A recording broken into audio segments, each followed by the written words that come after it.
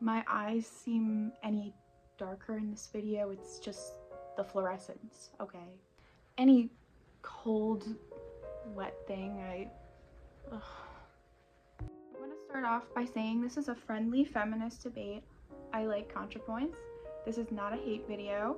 I'm a fan of hers, and I do enjoy her videos, especially the ones about J.K. Rowling.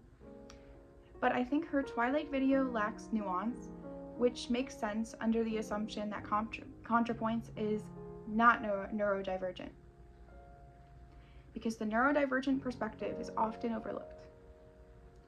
It seems like neurotypical women are almost angry at us neurodiverse women and the resurgence of the Twilight fandom. This is not going to be a transphobic video if that's what you're looking for. Trans women are women, that goes without saying. Also, this video isn't about defending the racist or problematic issues surrounding the portrayal of Native Americans or the lack of black vampires in Twilight. These are valid critiques, and I understand why people, especially people of color, might not enjoy Twilight. But that's not what this video is about. I'm going to primarily talk about the first movie because I feel like the Twilight franchise sort of goes off the rails, sans a really poignant scene in New Moon. Making this video is really vulnerable for me because while I enjoy ContraPoints' content, her video essay on Twilight really highlights how the YouTube video essay space is dominated by neurotypical perspectives. As a feminist and an autistic woman, I feel like there should be more neurodiverse opinions on YouTube. And there's a lot of gatekeeping within the modern YouTube culture. Watching that video made me feel like I might be alone in my takes because they don't reflect the prevailing feminist idea at the moment. It seems like a lot of feminists are angry about the version of romance and intimacy that many neurodivergent women experience because it aligns with a more traditional view of feminine expression that has been pushed on women for centuries. But I think the popularity of the Tortured Poets Department, the top streamed album of 2024 on Spotify, proves that many women still resonate with a softer, more emotional romance. That to me signals that the desire for gentler, more introspective depictions of love isn't outdated at all.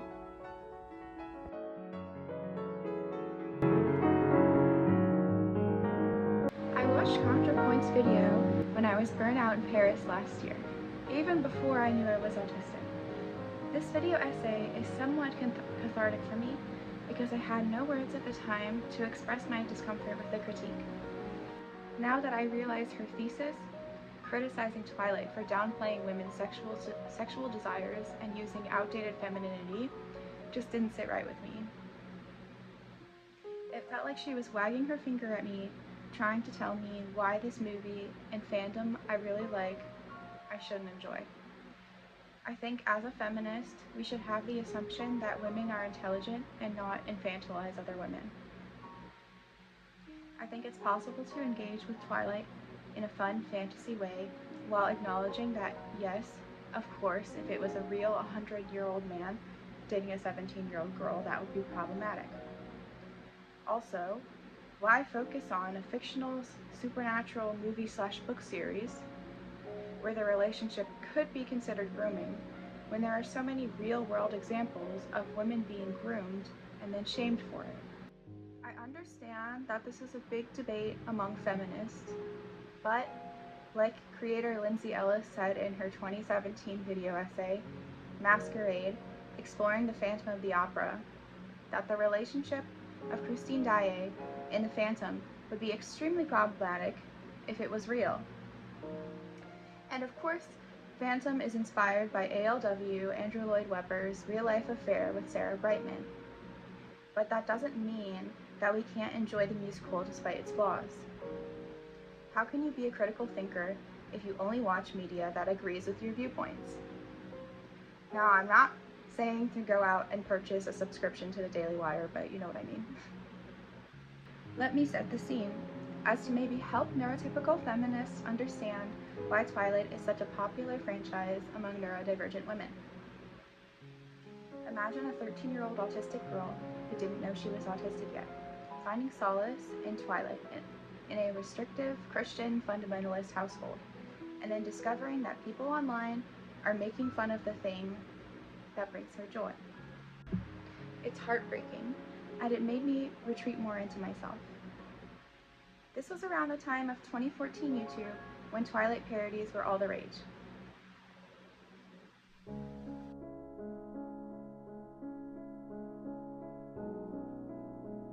The appeal of Twilight for neurodivergent women, slow romance, and sensory issues. For many neurodivergent women, Twilight serves as a safe space for those who prefer slow romance and get overwhelmed by graphic content. It's a form of escape for us, offering a gentler way to experience love and connection, one that aligns with our sensory needs. I tried explaining to one of my neurotypical sisters that I struggle with dating apps because I crave deep emotional connection, but the overwhelming intensity of the experience doesn't work for me. She just didn't understand. Twilight allows for a more manageable and emotionally rich experience. How can you explain you love travel and can travel Europe independently, but at the same time get overwhelmed by dating apps? It's something that is incredibly hard to explain to neurotypical people. I mean, a neurodivergent woman gets fought over by two hot supernatural beings without having to navigate the difficulties of the modern dating scene. Of course we like it.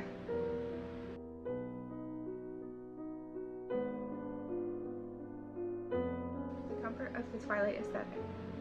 The visuals and soundtrack of Twilight contribute to the calming and comforting atmosphere that resonates with neurodivergent individuals, particularly those with sensory sensitivities. The muted color palette, the iconic blue filter, and the misty, slow-paced visuals create a world that feels safe and contained, offering a sense of security for those of us who often feel overwhelmed by the chaotic, overstimulating nature of the real world.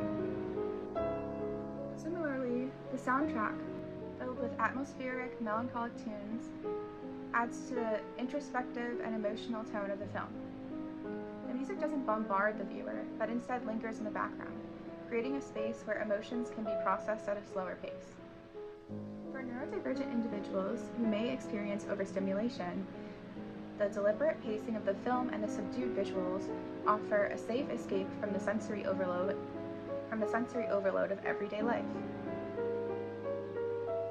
It allows us for space for introspection and emotional processing without overwhelming the senses. I think even a lot of critics of the Twilight franchise will admit that the soundtrack and the atmosphere are some of the best parts of the films. The soothing atmosphere is not about avoiding sexuality or intimacy, but about presenting these experiences in a way that feels manageable for those who process the world differently. Twilight offers a world where romance is a slower, more introspective, and less aggressive, making it a source of comfort for neurodivergent viewers who may find traditional portrayals of love and desire too intense or overwhelming.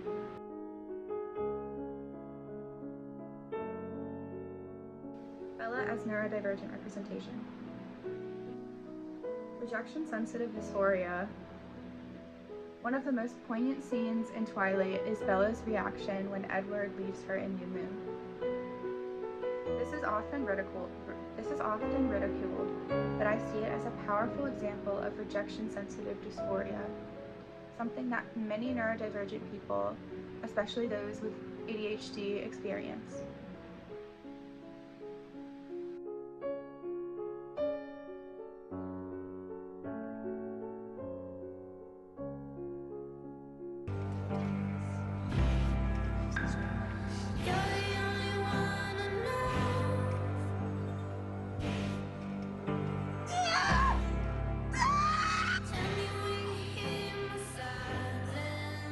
But in a way, I'm glad.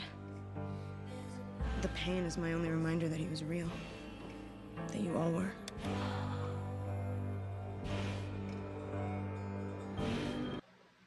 I've had my own versions of this kind of emotional intensity, sobbing for days over someone, only to later realize I never really wanted them in the first place. It's a nuanced experience that's often dismissed as overly dramatic.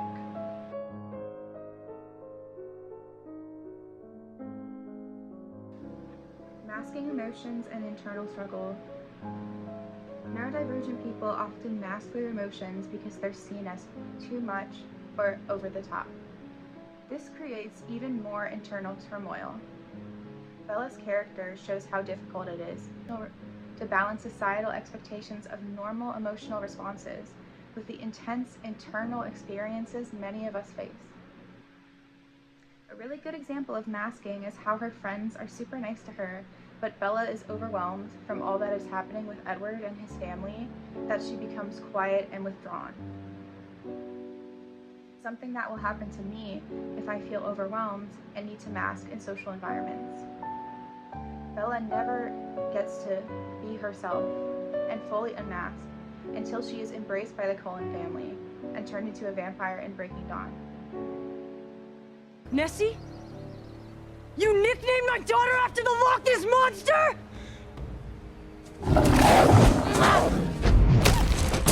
A secluded location in the woods where she is allowed to embrace her more confident self.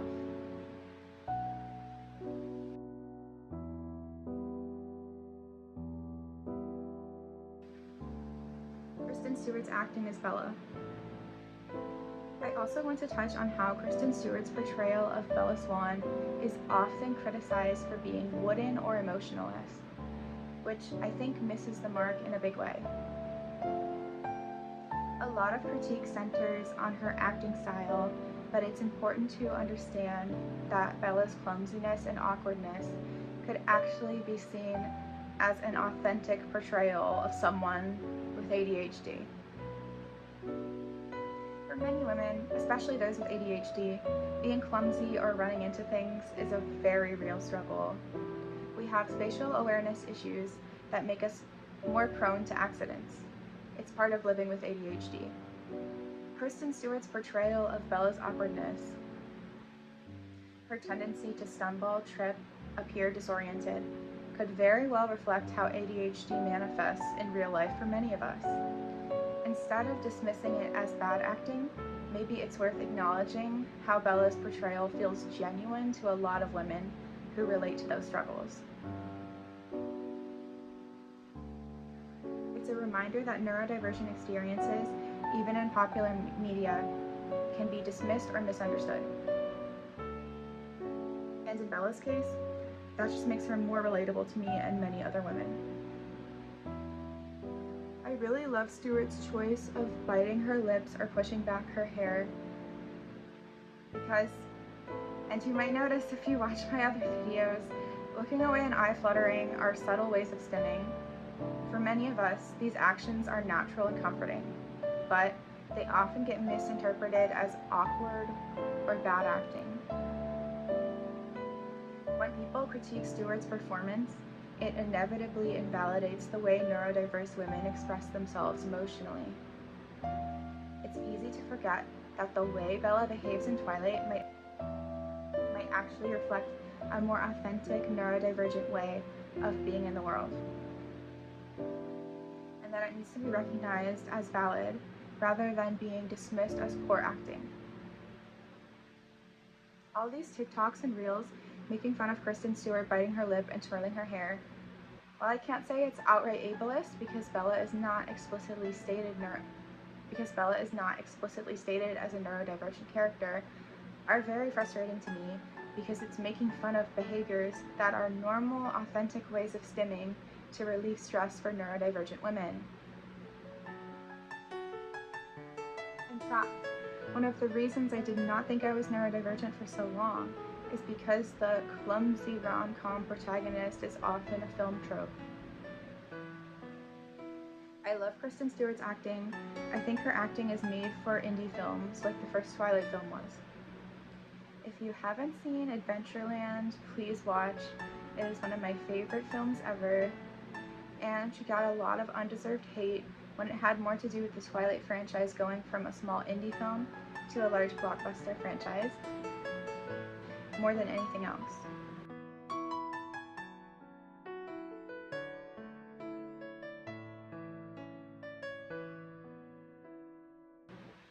The Madonna-Whore Complex and the Autistic Woman. I understand how the Madonna-Whore Complex plays into the way society views women, especially those of us who are neurodivergent. There's this expectation that women have to fit into certain categories, either pure, untouched beings or overly sexualized objects. But in reality, the complexity of our sexuality and emotional needs doesn't fit so neatly into those boxes. The Madonna-Whore Complex often doesn't leave room for neurodivergent women. We're either seen as hypersexual, usually ADHD, or asexual, usually associated with autistic women. And neither end of the spectrum quite fits the nuanced reality of how many of us experience relationships. It's not to say that there aren't highly sexual autistic women, but navigating a dating world not designed for us, especially when we have sensory issues, can be extremely difficult.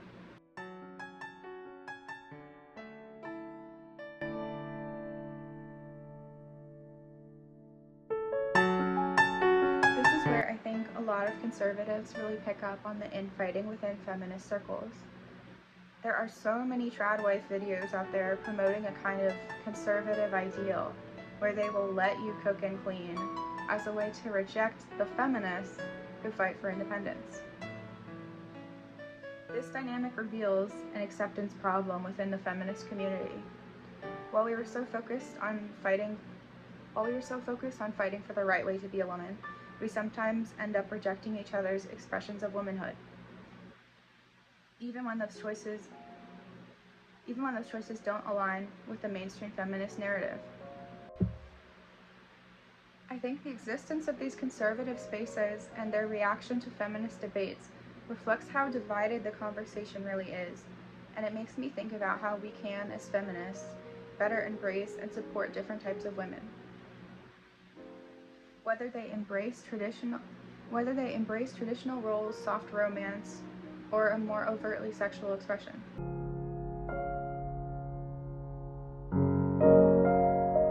Romance is an escape for neurodivergent women. In a world where real-life romance can feel overwhelming, Twilight offers a fantasy where love is slow, emotional, and passionate. For neurodivergent women, this can provide a safe space to imagine and experience love without the messiness of real-world relationships, especially when those relationships are hard to navigate due to sensory and emotional needs. Romantic tropes that rely on quick sexual chemistry or over-the-top passion can feel like too much for some neurodivergent individuals. Bella's relationship with Edward, which is slower and less overtly sexual, can feel like a more comfortable and accessible version of romance.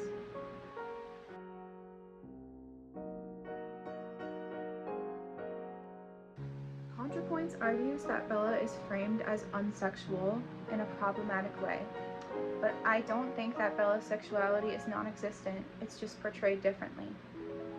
Bella's character doesn't have to conform to typical sexual norms to be valid. She's navigating her sexuality in a way that works for her. And for neurodivergent people like me, this is relatable. I would argue that Bella is very sexual. The honeymoon scene in Breaking Dawn Part 1, for example, but she wants to fully know Edward before having an intimate connection with him, which is something that a lot of neurodivergent women experience.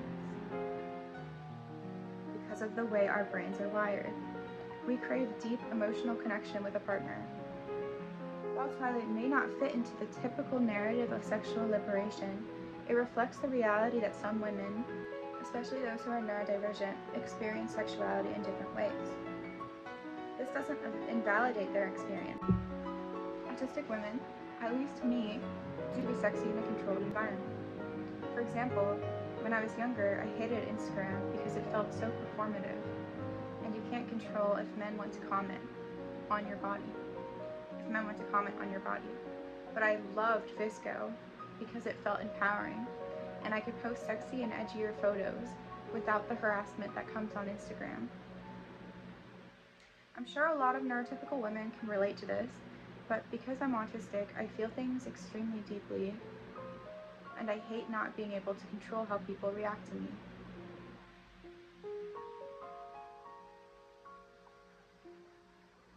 What's missing from ContraPoints' critique is the understanding that not all women want the same things. Feminism often assumes that all women should desire the same things: sexual independence, overt sexuality, etc. But some women, particularly neurodivergent women, find solace in a quieter, slower romance. Bella and Edward's relationship offers that space, and it's just as valid as other forms of love and connection.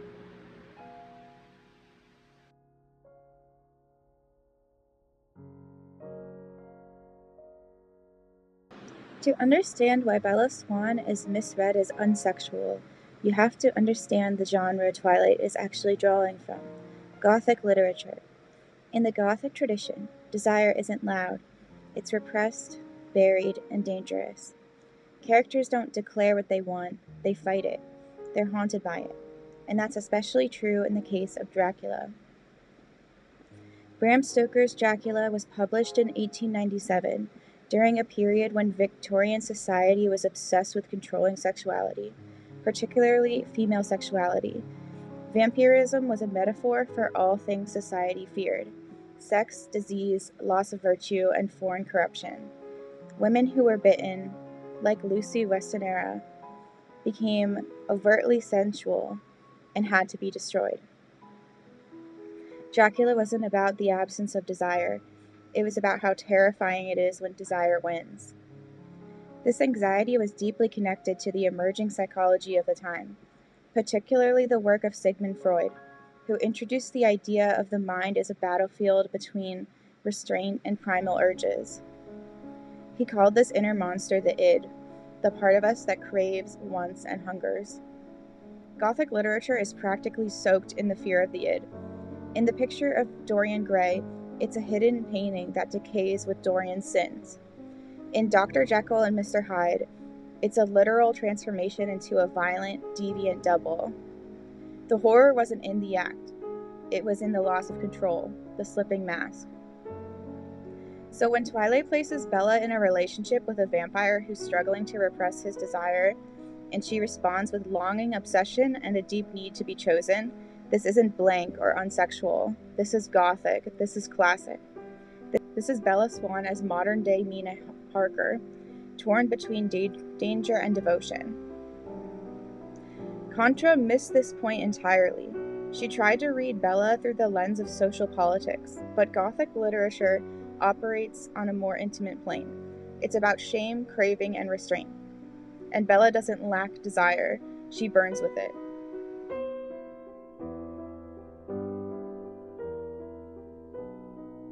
You can't bring up radical feminism without telling the truth about it, especially not in front of someone who wrote a paper on it, in French.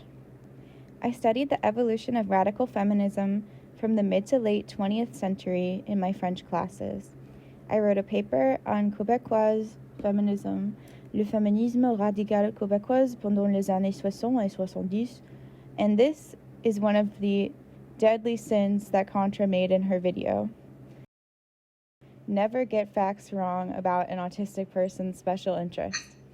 Whether it was to be intentionally misleading or just out of being misinformed, she acted like feminists of the 1970s just wanted women to convert to lesbianism out of pure propaganda, when that is just simply not the case.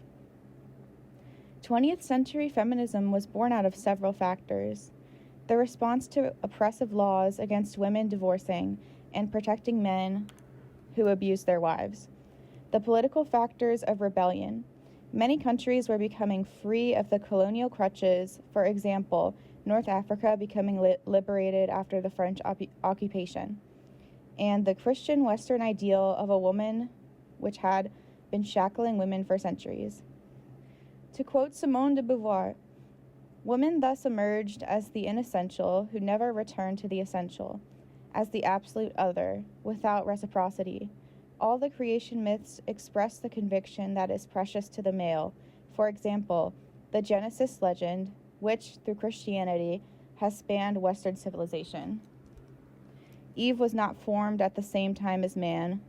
She was not made either from a different substance or from the same clay that Adam was modeled from. She was drawn from the first male's flank. Even her birth was not autonomous. God did not spontaneously choose to create her for himself and to be directly worshipped in turn. He destined her for man. He gave her to Adam to save him from loneliness. Her spouse is her origin and her finality. She is his complement in the inessential mode. Thus, she appears as privileged prey. I used to think I was the one who just didn't get it. But maybe it wasn't I who didn't understand nuance. Maybe I just saw the story for what it was, and nobody wanted to look. Contra's critique of feminism doesn't really engage with modern discourse. It reads more like a parody.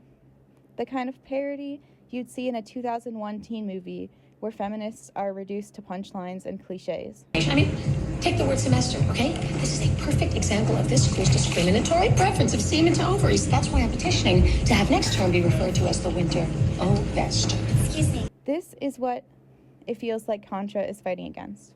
Not actual feminists, but the movie version of them, the punchline version, the scary lesbian ghost of 1977 version, and then she projects that onto Bella Swan. But Bella's not repressing herself because of radical feminists. She's in a Mormon slow burn fantasy about eternal virginity and My Chemical Romance. Let's not get it twisted. One thing that has really bothered me is Robert Pattinson's reaction to being in Twilight. Like, booking the role essentially saved him from homelessness. And while the interview clips of him making fun of Twilight are kind of funny, imagine if the genders were reversed. If a woman disrespected the franchise she was starring in, she would have a really hard time booking another role after that. I've experienced this many times in academia, where I would often have to work twice as hard as a man to feel like my opinion was being taken seriously. While most men had bad takes but coasted by. I really hate when actors act like they're too good or above the franchise they acted in. Like, you would not be here without your fans, and the fans are the reason you're getting paid as much as you do. When I read it, it seemed like it was a book that wasn't supposed to be published. It was so long. Yeah, it is, yeah. Yeah, and we were shooting it forever.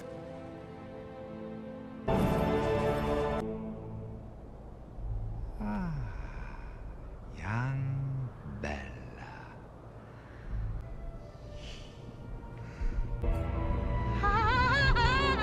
The chance and the luxury to watch you play Hamlet in The Young Vic Oh, last wow, year. I was wow. blown away, Oh. as well as you doing so many sort of other films like The Queen and Damn United and Frost Nixon. And then I see you in a big franchise like this. How does Michael Sheen choose his projects?